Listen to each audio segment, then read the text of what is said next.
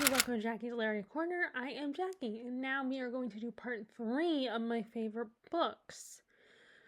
So, sorry I had to cut the part 2 short, because like I said, I had an appointment to go to earlier, and now I'm back. And I will just go ahead and pick up where I left off, which was, I was talking about The Woman in White.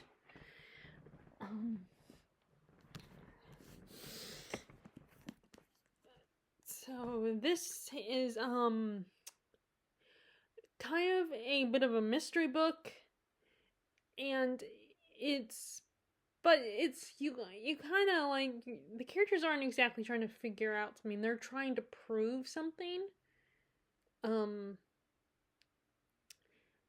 it's not like a detective story or anything. I do believe some of his other works are his other novel, The Moonstone, is kind of more of a detective story, which I'm going to read this year. But this was a really page-turning read. I just wanted to keep going and find out if the characters were gonna get out of the situation, if our main girl was gonna, break free of that bastard who she's married to, who is, has a temper, he's abusive. Although, like I say, Count Fosco to me is a little bit more of a threat, because like the other guy, Sir Percival, feels more like just a kid having a temper tantrum, while Count Fosco actually feels like, you don't know what he's gonna do next.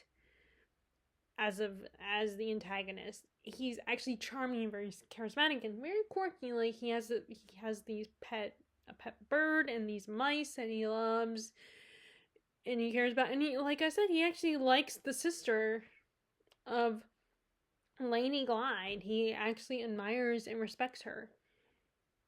And he's just such a charming character. He's definitely to me, he's more of the puppet master than Sir Percival Glyde. And I liked most of the characters. Like the uncle was, he was someone that got on my nerves, because he was one of those characters that was very like,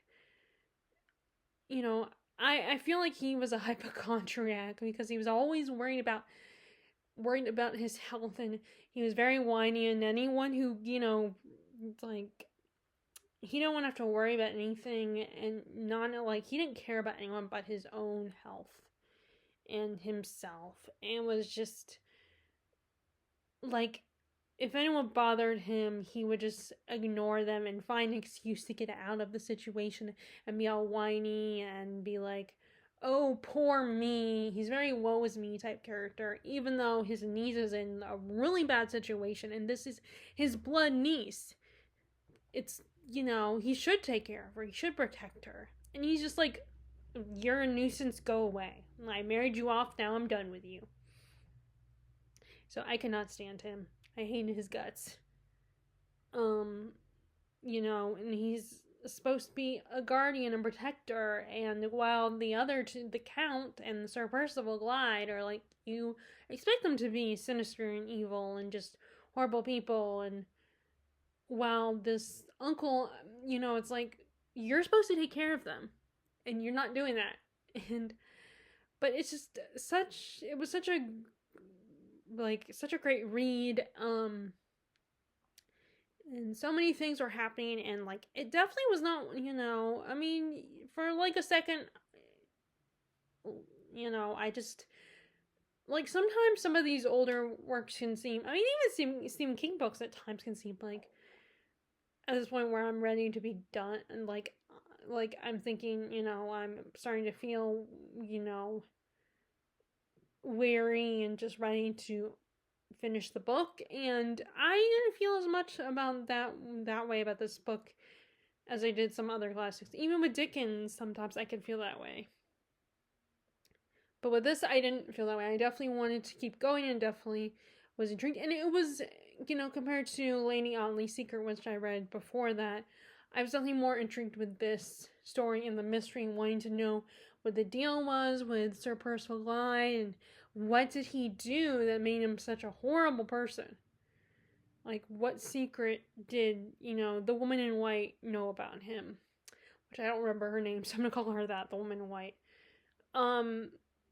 I like Sir Walter was, Walter was a great character. He was nice and he was caring. He really cared about them and he's brave in his own way. It was just really good. I really enjoyed this. And I'm gonna read The Moonstone next, probably, by Wilkie Collins.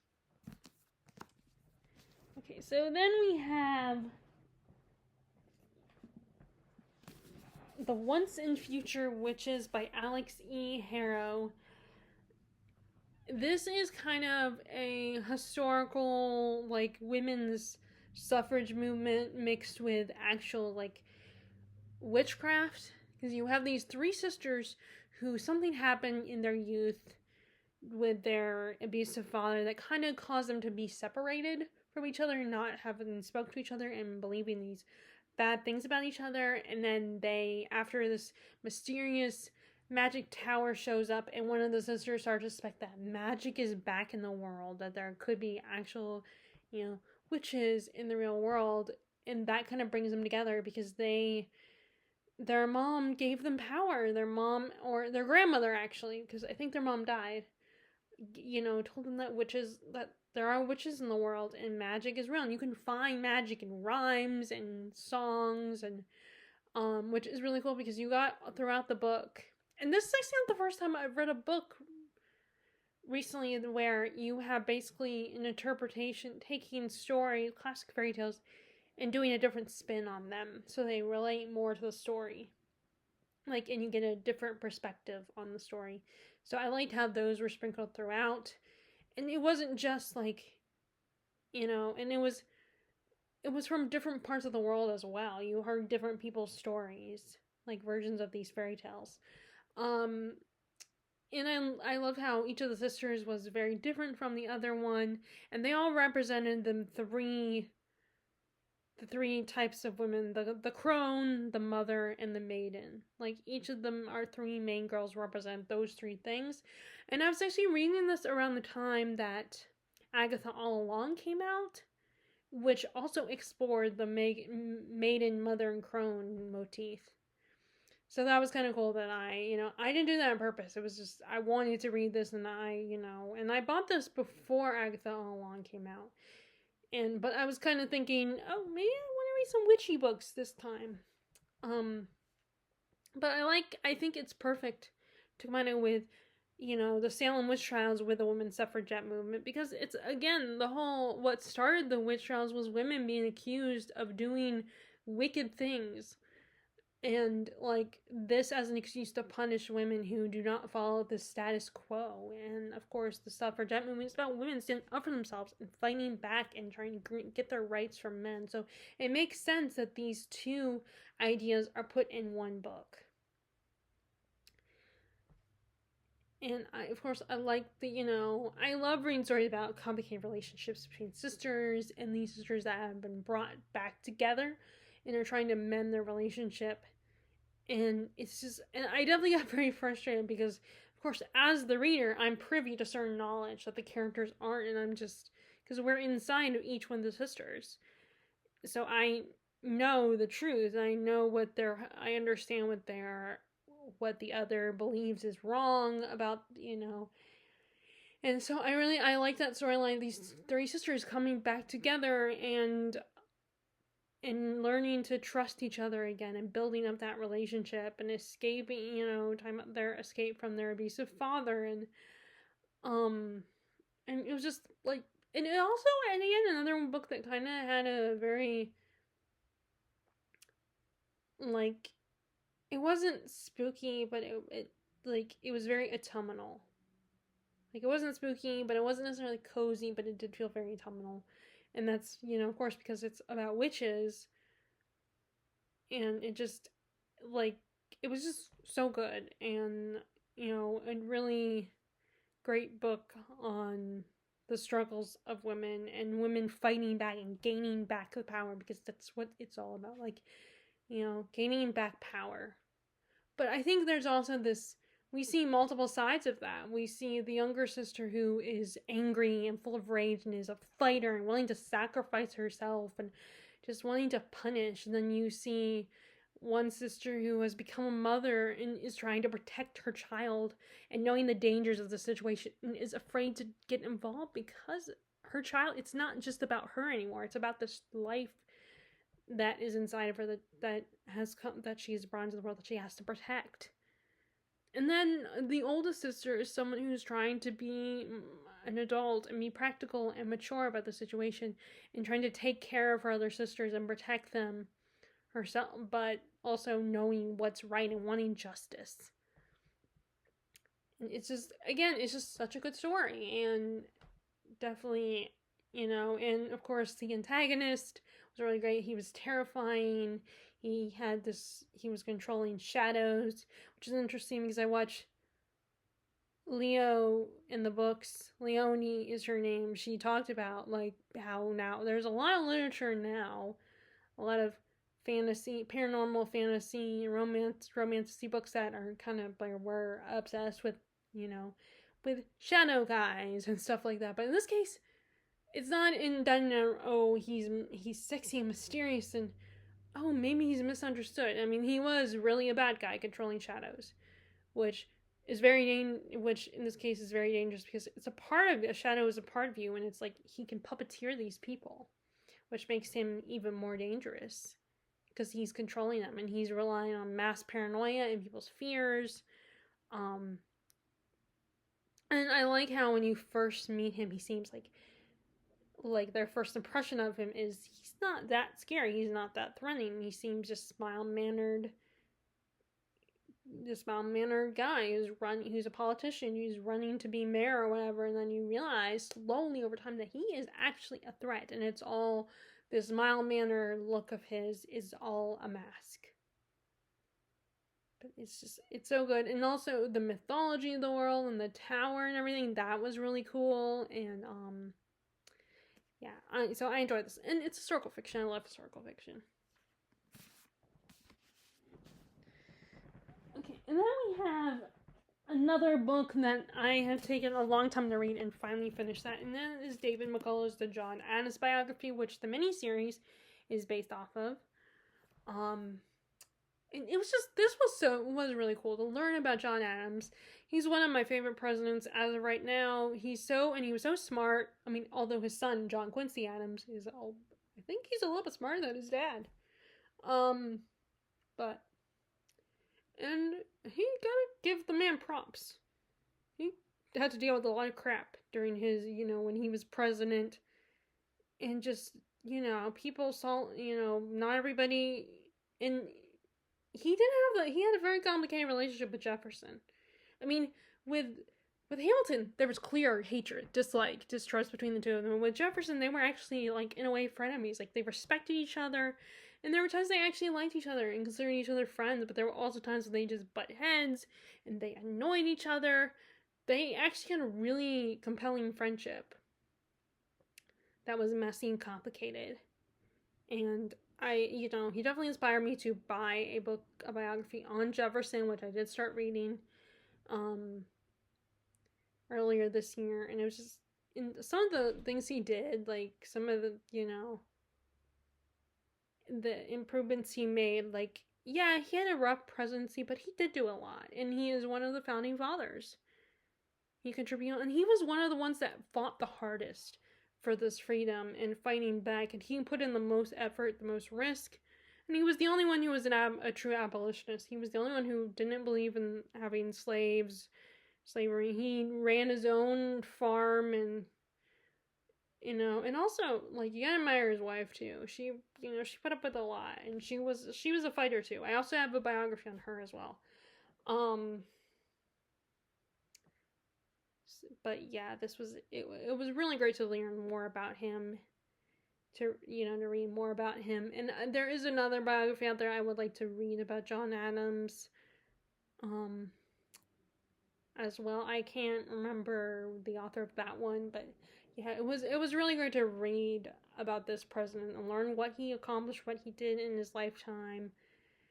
And also, I definitely, I found a kindred spirit in reading. I mean, we probably did not have the same reading taste, but the fact that him and Jefferson, although Jefferson, I think, read more and had a lot more books. In fact, he donated some of his books to the Library of Alexandria after it burned down, and they were trying to rebuild it, I think.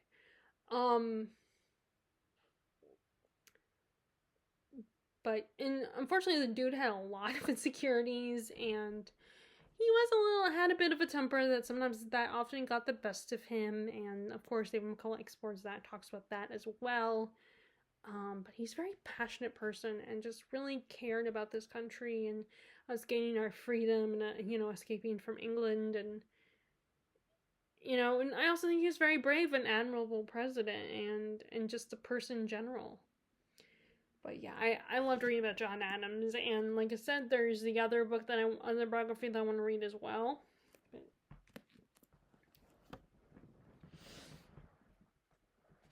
And then we have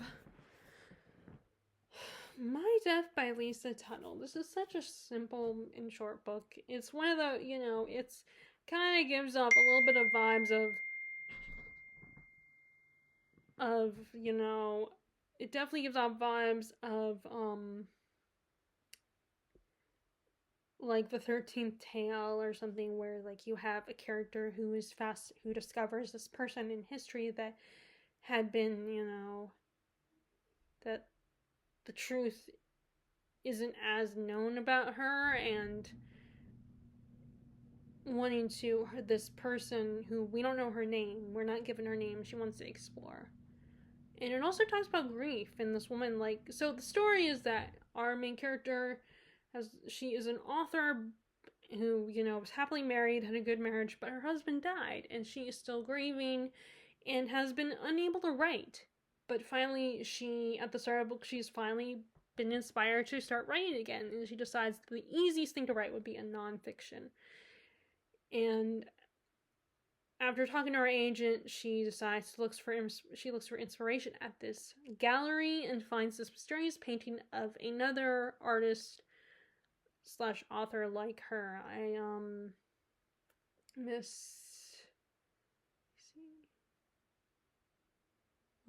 trying to Helen Ralston, and is immediately intrigued about this woman, and learned about how she had an affair with her professor, who was also an artist, and how he was a married man, and she was really the only one who got casted out of society because of it. And this drama with that relationship, and when she decides that she wants to write a biography on this woman and wants to see if this woman is still alive and wants to track her down and get to know her and write about her. It's such a simple story. Like I said, it's kind of bittersweet story because like I said, it's about grief. This woman is still grieving the loss of her husband, and this woman, Helen Ralston, is grieving the loss of her career, not being able to make something of her life, a career in art, in being an artist. And she was the only one who suffered the consequences of that relationship, that choice to have this affair. While the guy is still, our main character finds there's a biography on the guy she had the affair with. And by the way, I don't remember his name. And how even the guy who wrote the biography paints Helen Ralston as a woman who was throwing herself at this married man and desperate and lonely and kind of pathetic and, typical. And it's also, there is a bit of a mystery, because it seems, there is a bit of a mystery in the story, where, someone, when she does meet Helen Ralston, and this woman seems to understand our main character and know things about her that she, was surprised that she would know. And it's like I said, it's such a simple story, but it's so, a bit of a gut punch and a bit of a, very sad story. There's a melancholiness to this story, and, but it's one of those ones where, in the end, it does have a positive outcome for our narrator, and she receives closure and is able to move on with her life, I feel like, while, like I said, there's still a bit of sadness at the end, and it's just really good.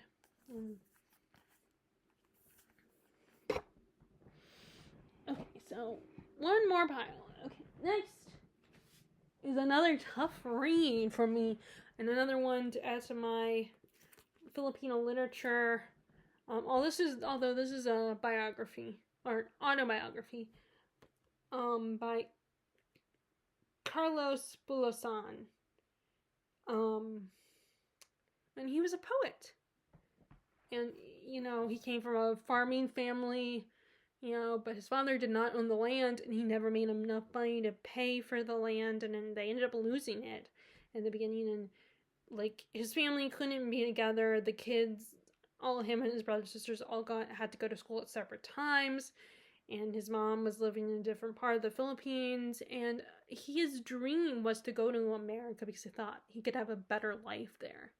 But when he gets there, he's met with nothing but hatred and prejudice, and it does not go well for him, and it's not a great experience, and it kind of hardens him, makes him tough and full of anger and rage. But he also experienced glimmers of kindness from people, like glimmers of people that actually see him as a human being and that care about him and respect him and want to help him. He does at one point get involved in communism because he thinks that's the only way he could have the life in America that he's wanted. Like, if the world was like that, then maybe things would be better for him and his people. Like a lot of people at the time, and this was, I think, after World War II, just saw the Filipinos as just sex-crazed, dirty, savage-like people, and, there was no respect. There was just, like I said, hatred. And it's disgusting. It will make you angry seeing what these people experienced. And again, there's a lot of different groups that sadly have experienced this. And today, I think there are still people that experience this hatred, this prejudice, this judgment, and have to do what it takes to survive. And it's just, but he never fully loses hope, I feel like. He still continues to fight and believe in the America that he is in his heart, in his, in his mind. And it's another very bittersweet story. But also a story that will make you very passionate, very angry, and just, again, it's something worth the read. So to see this person and this experience. So that is America is in the Heart by Carlos Bulosan. And I would love to read some of his poetry because he has, he has published poetry out there. I don't know if it's translating into English. But obviously, I guess it would have to because he came to America, so.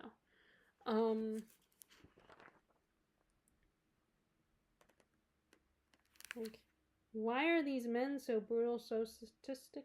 This is when I think he and his friends get captured and beat up, and one of them gets tarred and feathered, and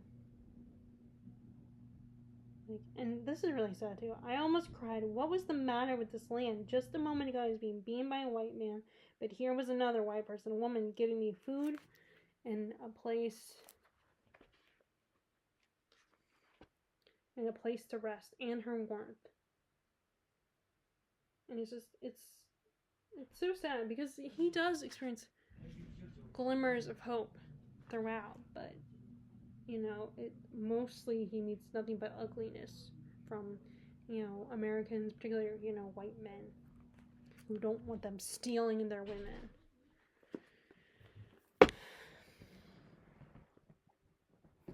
Again, definitely worth checking out. Okay, now the next two are a little bit lighter in tone. Only a little bit because, of course, there's drama and there's conflict and stuff. And, although this one kind of explores grief. The Book of Lost Things, which does have a sequel by John Connolly. This boy, it's him and his dad. I think it's during World War II. And his dad, in the beginning of the story, his mom died of cancer. And he and his dad are grieving. And then his dad moves on, finds someone new. And his dad is happy. But David, our little boy, is not so happy. He doesn't trust this woman. He doesn't like how his dad has already moved on, that this woman has taken his dad's attention away from him. And on top of that, he is dealing with his dad is not as around anymore. Not only is he, married to this other woman and focused on her, and the fact that she got pregnant, so he has a little sibling, I don't know if I think it's a brother. I think he has a little brother now. But also his dad, who was a math professor, is recruited by the government, because this is when World War II happens. And so his dad is busy and he's stressed, and his new stepmom is trying so hard to earn David's love and respect, and David just wants to be left alone, doesn't want to deal with this woman. And then after this big fight where he, yells at her and says, "My dad never loved you, he loves me more," and he ends up seeing some mysterious hole in a tree that leads him to another world. And he meets a woodsman, and later on he meets a soldier or a knight, and he goes on this quest because, he tries to go back through the portal and it's blocked. So he's told by the woodsman that maybe he can go to this king, who, even though this king is not that great and he's not doing good at leadership right now, that maybe this king has a special book that might help David. So this is very much a quest story, but he's also being chased by this mysterious man who is the Crooked Man, who David, even before he went into this world, already sensed this guy's presence. And this guy is kind of like a Rumpelstiltskin figure, where he's like, I can help you, I can give you what you want, I can give you back your dad and your mom, and you can be just the three of you again, if you tell me the name of your new little brother. So this is one of the other ones, like the Once and Future Witches, where there is definitely this look at fairy tales, but kind of doing a new take on them, a different spin to them. So this is definitely like a fairy tale. It feels very similar to Alice in Wonderland or Wizard of Oz, where you have a young child escapes to another world and has to get back to their own world, and has to learn a life lesson, and grow up very quickly. Which it does kind of get a little heavy-handed with that message, but still, it's such a beautiful message about, and I think both adults and kids can enjoy this book. Although I would say middle school age, maybe not little kids, but like middle school age. And I love there's so many great characters that feel very much like fairy tale characters. And then you have these creepy monsters that half man, half wolf, these loops, and that are really scary and intimidating. Now, the story that tells of how they came to be is a little bit weird, a little bit odd. Think furries, I'm gonna say, but yeah, it's still such a beautiful, whimsical, heart-wrenching read. I love learning David's journey, experiencing David's journey. I think, I don't cry during books, but I think this could potentially make people cry, and because you feel for David, and you get that because he's so young, he's just a kid, he doesn't understand things that as adults are reading, and it's like, and you kind of see his side and his parents' side, like his stepmom and his dad's side. You kind of understand their frustration and anger, and like, this is one of those times where, I watch Cinema Therapy on YouTube, which is a channel that will analyze movies and give the characters in movies therapy, and give, think about what you would, advice you would give them. And, there's one series that they do where, is this relationship toxic or not? And I would love for someone that was a psychologist to do that for books.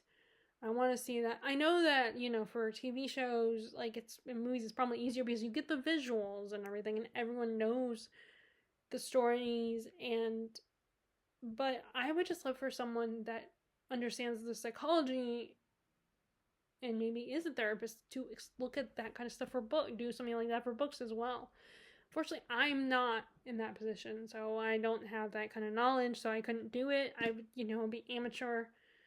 Um, but yeah, this was just so good. It felt like a fairy tale, and it was and it was like cozy, but also kind of creepy at the same time. Like it does remind me of a Grimm's Brother fairy tale, and it was really good. And I do want to read the sequel, which I can't remember what it's called, like the Land of Lost Things. I think that's what it's called. So I'm guessing that one might actually take place in the world of the Land of the Lost. So that was a little lighter, but still has a lot of darker themes and mature themes, like exploring grief through the eyes of a child. And then there's two more books. I got one more book after this one. But then we have The Secrets of Heartwood Hall by Katie Lumsden, who is a booktuber. She is Katie from Books and Things, and this is her first book. And her next book is The Trouble with Miss Montgomery Hearst, which I was hoping to get for Christmas, but it's not published in the US, so you can't, so I don't know how easy it would be to get it. Which it's too bad because, we were just in London back in September. But anyway, this is kind of very Jane Eyre inspired, I feel like, with a little bit of, I'm trying to, like, maybe, the turn of the screw a little bit. So you have this woman, our main character, who's her name, Margaret Lennox. She is a widow. She didn't have a great marriage. Her husband was kind of an ass. And she's looking for a job because he did not leave her any money in his will. And she ends up finding a job as a governess to a little boy of this woman who is also a widow living in Heartwood, this Heartwood Hall, but is an isolated house. And when she gets there, people are like, they're one of those types of families that, people have speculations and they have ideas and they're suspicious of them, but they don't know a lot about these people. And she ends up getting there and forms, and realize there are a lot of secrets with this house, that there's a lot of mystery and things that she doesn't know and understand. And she ends up actually getting very attached to this family, especially this little boy, and who's very sweet and wants to learn everything and wants to explore the world around him, but has been lived in this house for years and is kind of very isolated. And there's also a romance that she has with the gardener of the household. And it's so, like I said, it very much feels like a turn of the screw meets Jane Eyre with its premise. And again, another story where I just kept wanting to turn the pages. And I also wanted to find out what Margaret was trying to find out. I wanted to know because there were so many secrets we didn't know and so much mystery and intrigue to this. And Margaret was such a great protagonist. She was, you definitely feel sympathy for her after, getting bits and pieces of her marriage. And she's just trying to be a very good, pious person. Like, she wants to go to church. She, sees value in the belief of God and believing in God. But her husband kind of ruined that for her. And she is trying to reconnect with that part of herself. And it's just like, and and the romance is very sweet and just very innocent. Like I said, it also explores feminism and these strong women trying to deal with this world that is for men, but not for them. Like, some of their actions aren't as accepted. They have to be submissive, good little girls, and they're trying to fight back. But yeah, this is definitely intriguing. It was very atmospheric, like, creepy, but also, like, cozy at the same time. And it's just, like, it was so good. And I'm glad I finally read it. I had been meaning to get it, and I never did. And so I don't want to wait too long for The Trouble in Miss Montgomery Hearst. Like I said, unfortunately, it's not published in the US yet. So it'll be a long way before it gets here. But and it would be coming from England if I ordered it. But yeah, this was really good. She did a great first book. Okay, I got one more book to go. Okay, last okay, come on, is A Passage to India, which is another colonial book, and I'm sorry I did not get to my review of this book. I meant to, and I still don't know if I will or not. If I do, I guess I don't want to say too much about it because, I don't want to say what I've already said. But this, like Touch Me Not, also deals with colonialism, but this time it's the British in India. In there's a bit of a trial crime story, like a trial story where a character gets accused of an Indian gets accused of a crime, and and now when we're reading this, of course we know he didn't do it because we are with Dr. Z's that character the whole time. I mean, most of the story, so it's not about if he did it or not. It's about the injustice of him being accused of this, and it doesn't matter what he says or even what our female lead says. And it's just, it really explores the relationship between the British and India and how they felt about it, and how they almost were kind of submissive to this and accepted their fate, that they were forever going to be bound with these people, the British. And so it's kind of another heartbreaking read. And like I think it's cool that I ended up reading. I started the year with Touch Me Not, and then I'm ending the year with this. I mean, even though yes, I read Dragon Shadow after this, and while with Touch Me Not, I read that one first. So I'm not technically reading this if this is not my last read of the year, but it still feels like I'm kind of bookending things with these. And but it's just like, it is slow in the beginning, but it's still, I personally think, for me personally, I thought it was really good and definitely really worth really just looking at this important thing that happened in history, this experience of these innocent people who a group of Europeans thinking that they're superior to these people and thinking that they have a right to take over and control these people. And it's like, how is that fair? Like, what makes you think that you're better than them? And it's very sad, and to see there's like these people just hating each other. But so many great characters that are very complicated and messy, but also likable at the same time. Well, I mean, not all of them are likable. Some of them are assholes. And it does show a side of the Indians that's not great either. Like, it focuses the main bad guys, the main antagonists are the British, and they're so like the women, including Adela, our female lead, are just so oblivious and just don't want to acknowledge that they screwed up. I mean, Adela I feel like is more opened to it, but all the other women in the story are just so like, oh, who cares? I mean, they're so willing to believe bad about the Indians and seeing them because they're just so caught up in their own culture and their own belief system, and and just like, I definitely think it's an important read. I mean, there might be better books now written, but I think this is pretty good. And I